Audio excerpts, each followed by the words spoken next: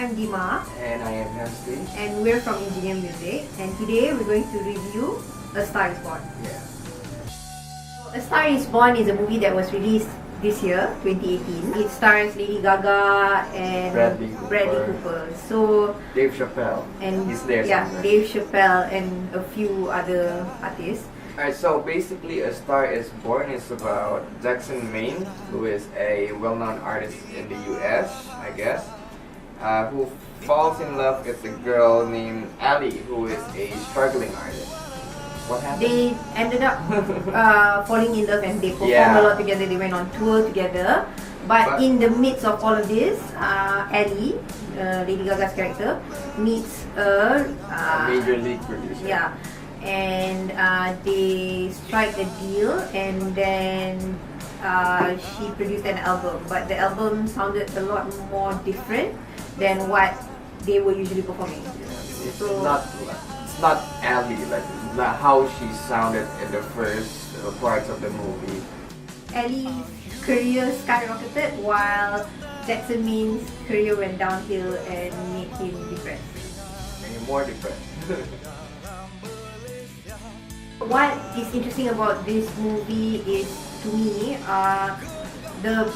it seems like the market seems to appreciate more of that overproduced pop electronic sound, because when Allie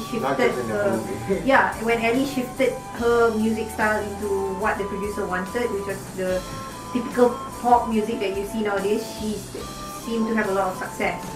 But personally speaking, I think I prefer Allie's sound back when she was with Jackson. It was very real, it was very raw.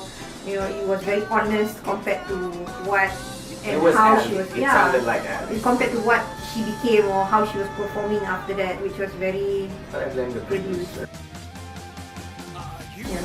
Yeah, it is. Yes, it is. Okay, the movie is very, very realistic because as we were talking about the whole electronic music thing earlier, so that is a clear-cut, depiction of what happens today. And I think one more thing about Jackson Maine's depression, I think whether or not we care to admit, that is very, very real. We as musicians, we go through a lot of emotional up and down all the time, because we have to be at our best and our worst to be able to come up with good songs. If you don't express emotion, if you don't feel any emotions, you're not gonna come up with anything good. And I can relate to the songs, I guess. So I think maybe a slightly less exaggerated version of things, about the emotions, about the struggle of being a musician, about sacrificing personal relationships to do it, to make it in the music industry, music world. I think that happens, but again, it's very dramatized for the purpose of the movie. Yeah, they emphasized everything. So the music in this movie is originally written by Lady Gaga and a few more composers in the industry, like Mark Ronson. The soundtrack itself has about 34 tracks, but not all of it is featured in the movie. As for personal preference, I think we can both agree that the best track out of that is Shallow. Yes. I think now it's nominated for an Oscar. Oh, that I didn't know. Yeah. So it's doing really well. It's a really, really nice song.